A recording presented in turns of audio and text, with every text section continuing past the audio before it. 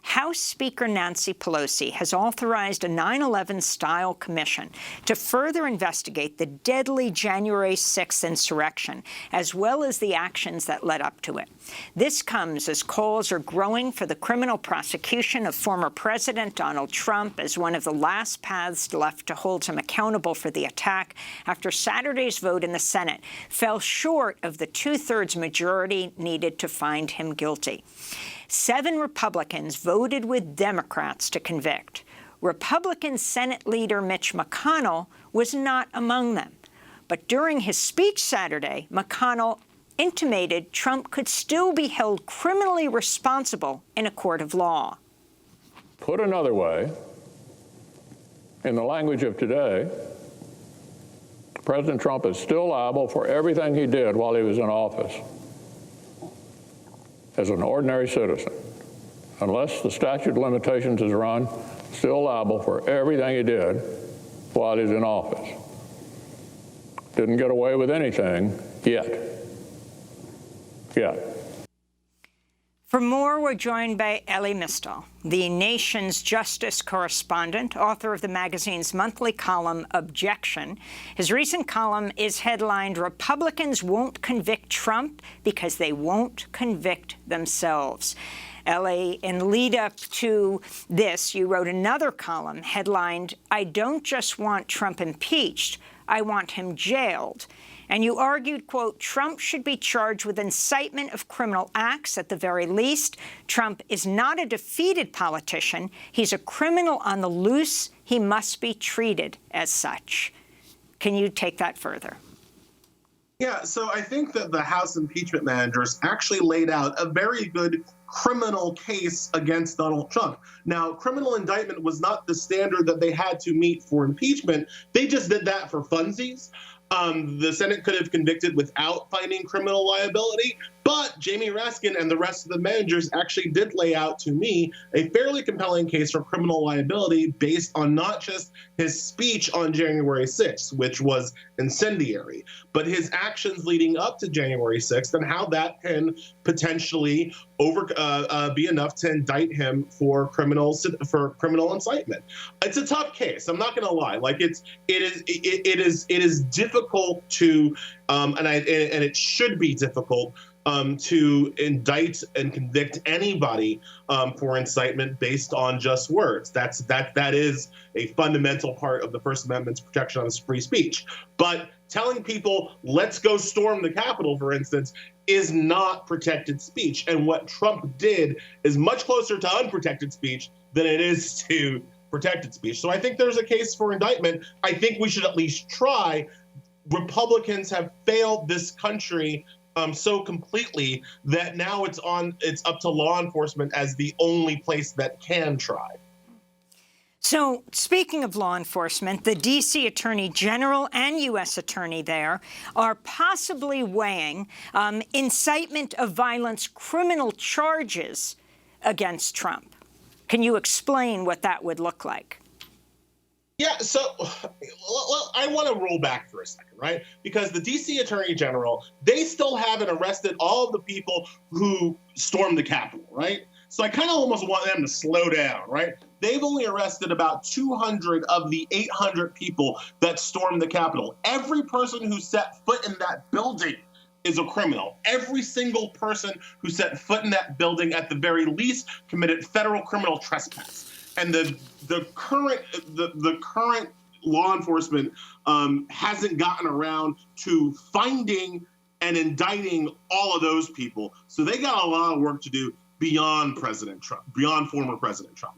However, once they do the bare minimum, which is finding and charging all 800 people who stormed the Capitol, then they can get around to Trump, who, yeah, again, the standard that they talked about at the impeachment trial is actually the right standard for a criminal case. It's called the Brandenburg test. It's how we determine whether or not speech is protected or unprotected.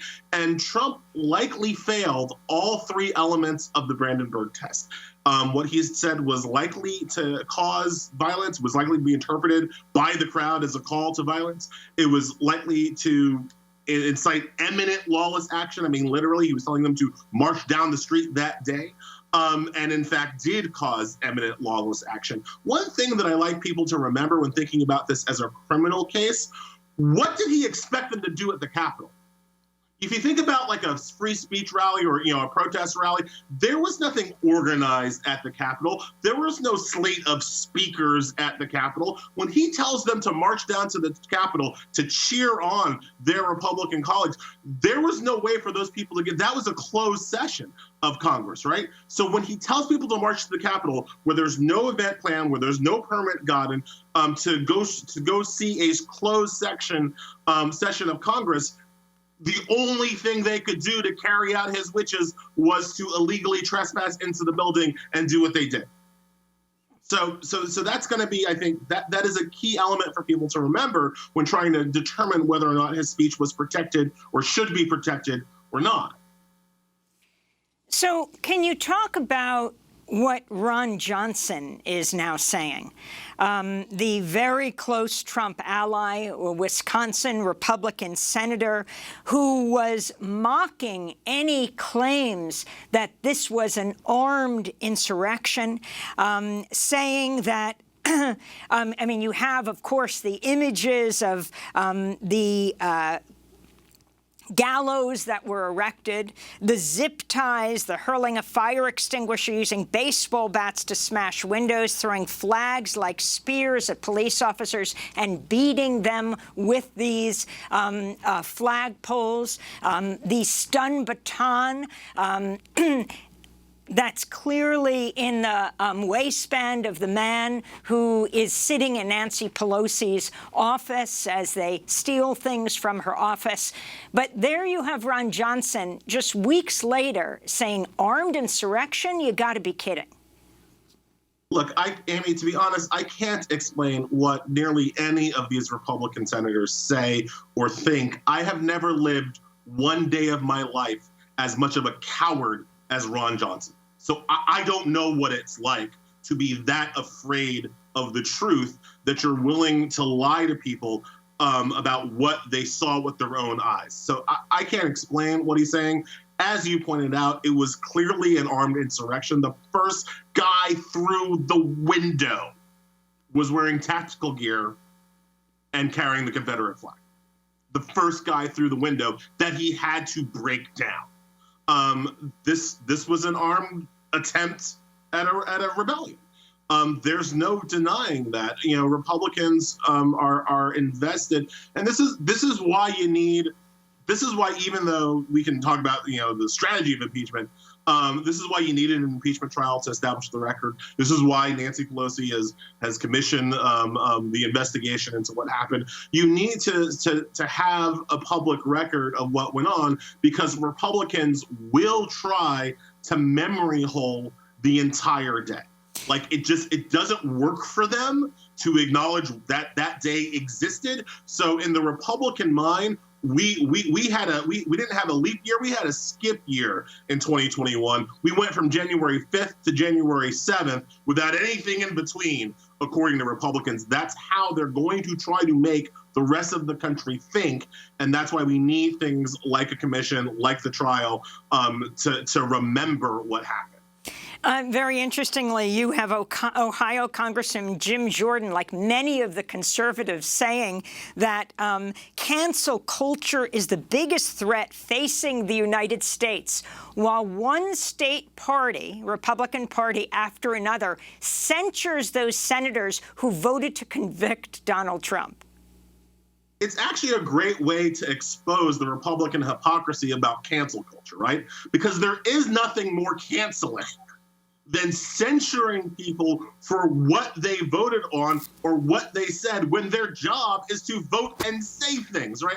There is no lower form of canceling than what Republicans themselves do. And it's just another way to understand that Republicans are inveterate hypocrites that do not argue in good faith ever. So yeah, it's what the Republicans are doing is pathetic, frankly. And I do give almost grudgingly, but I do give credit to the Republican senators and the Republican congresspeople, the few, the proud, who are saying enough of this, and at least here at the end. I mean, it's late in the game. it's late in the game to join the side of truth and decency, but I do give, the Bill Cassidys and the Mitt Romneys of the world and the Richard Burrs of the world, I guess, credit for, at the very end at least, like doing the right thing. Well, let's go to South Carolina Senator, the Republican Senator Lindsey Graham, speaking on Fox News Sunday, where he falsely claimed there were grounds to impeach Vice President Kamala Harris, that she would be next. I condemn what happened on January the 6th, but the process they used to impeach this president was an affront to rule of law. He's the first president to ever be impeached without a lawyer, without a witness, without ability to confront those against him, and the trial record was a complete joke, hearsay upon hearsay, and we've opened Pandora's box to future presidents. And if you use this model, I don't know how Kamala Harris doesn't get impeached if the Republicans take over the House, because she actually bailed out rioters, and one of the rioters went back to the streets and broke somebody's head open. So we've opened Pandora's box here, and I'm sad for the country. Senator Graham seemed to suggest Vice President Harris could be punished for expressing support for a bail fund for Black Lives Matter protesters in Minnesota last summer who were protesting the police killing of George Floyd. Elie Mystal. It's interesting, right? It's interesting that they went straight for Harris, isn't it? I mean, I wonder why she went for the person who's vice president as opposed to the person who's president now. Oh, yeah, she's a Black woman. The racism of that man is so on display every day. And I get that he's from South Carolina, so people are just like, well, I guess it's South Carolina. But it's not okay. These people are so openly and bitterly racist. It's bothersome. However, there is funny here, right? And that is that Lindsey Graham wants to impeach a Black woman for a legal act, which is bail. Like, bail is legal. Like, whatever you think about why she bailed, and again, why they think that this was a bad thing is drenched and inseparable from their racism. But whether or not you think bail is legal, is the reasons for bailing somebody out are good or bad, paying somebody's bail is clearly legal. That's why we have it. We have literally entire organizations called bail bondsmen, whose their whole job, their whole business model is to pay people's bail. So the thought of impeaching her for a legal act is just, but there's a political reality here too, right? And something that I think Democrats are too easy to forget. Of course, if the Republicans take back control of the House, they will impeach people. Of course they will. They would have impeached Hillary Clinton if she had won the presidency for stuff that she did as Secretary of State. They would have impeached her for Benghazi, which killed fewer Americans than the riots on January 6th, just FYI. They would have impeached her for Benghazi. If they didn't impeach her for Benghazi, they would have impeached her 3 other times for things I don't even know happened yet, right? The Republicans have no shame. The Republicans have no fealty to the rule of law. All the Republicans know is power, and they use that power completely whenever they have the chance. So make no mistake, if the Republicans ever control the House again, they will impeach whoever happens to be Democratic president if there is still a Democrat in office when they control the House. That will just happen. So we interviewed Ralph Nader on Friday, strong proponent of having witnesses. You, too, feel that the Democrats failed in that way, that having witnesses come forward could have made the difference. Well, see, okay, that's the slight difference, right? I don't think that having witnesses would have made a difference in the outcome of a trial. Because, again, Republicans are racist to the core. They are hypocritical to the core. They're intellectually dishonest to the core. Nothing was going to change the Republican mind. Witnesses, 10 witnesses, I think Jamie Raskin said, you could have called 100 witnesses. They would have done the same thing. Jamie Raskin was absolutely right about that. You cannot change a Republican mind. The difference is that I don't live my life based on what the Republicans think or don't think, right? If I only did what Republicans allowed me to do, instead of having a law degree, I'd be shining shoes at Grand Central. Okay, so like I don't live in the paper bag that is what will Lindsey Graham do next, because I don't care about that. What I care about is the American people, and I do think that bringing witnesses, bringing live testimony to bear would have highlighted even more for even more Americans the level of danger this country was placed in and exactly who placed them in it. So yeah, there's some procedural issues. Oh, well, Kevin McCarthy, he would have made you go for a subpoena. Fine, don't call Kevin McCarthy then. Put the cops on the stand. I want to hear Eugene Goodman. They gave him a medal. I want to hear his testimony of what he saw that day, what they called him that day, what happened to him that day. Put him on the stand. Put one of these staffers that had to spend 2 hours hiding under a desk, put one of them on the stand. Do everything you can. And I've said this before, the point of this impeachment trial was not to convince Republicans. Republicans are unconvincible. The point was to expose Republicans for the dirt that they do. And witnesses would have done a better job doing every prosecutor. It did change some Republicans. The Louisiana Senator Cassidy, the North Carolina Senator Burr. Okay. I think the actions changed their minds. I don't think that the impeachment trial, I don't think that if Jamie Raskin was great, Stacey Plaskett was great, the impeachment managers were great. If they were average, I don't think that would have made a difference. I don't think it was the strength of their legal arguments that made Richard Burr just. I think that what happened is that Donald Trump sent a mob to kill congressmen to their workplace, and a couple of Republican senators were like, "That's not okay. That's not okay." So let's talk about some of the information that's come to the surface about the insurrection participants. The New York Times reporting at least 6 people who were part of the mob that entered the Capitol, worked as security for Trump ally Roger Stone, were linked to the far-right Oath Keepers. HuffPost reporting at least 57 state and local Republican officials were at the Capitol insurrection. Almost all have faced calls to resign. 2 have stepped down, I believe, at this point, both arrested for taking part in the riot. In one case, of Florida County Commissioner Joe Mullins sponsored buses to transport people to D.C. in the lead up to the January 6th. He said on a local radio program, maybe there are some liberals I'd like to see their heads cut off. But let's talk about, for example, the Oath Keepers and the actual number of law enforcement people like Caldwell, who have had top security clearance, who worked for the federal government. In the end, they had to put National Guardsmen through the test and remove something like 12 of them that they might have allegiances to the white supremacists who were rioting. Black people have been saying this for a while, right? White supremacy and law enforcement are kind of the same thing. They work for the same people. They are the same people in many cases. And it's not all of them, but enough of them to make a difference. I always like to say the phrase is not one bad apple means that we should just ignore it and people should not care if that bad apple kills them. That's not the phrase. The phrase is one bad apple spoils the bunch. And law enforcement in this country is spoiled by white supremacy. There are white supremacist terrorists in every police organization in this country. And until we weed them out, we cannot have justice in law enforcement. Until we weed them out, not until we look over them, not until we flood them with, we'll add some 10 more cops and 9 of them will be good. That's not how you have to weed out the bad apples before they kill people.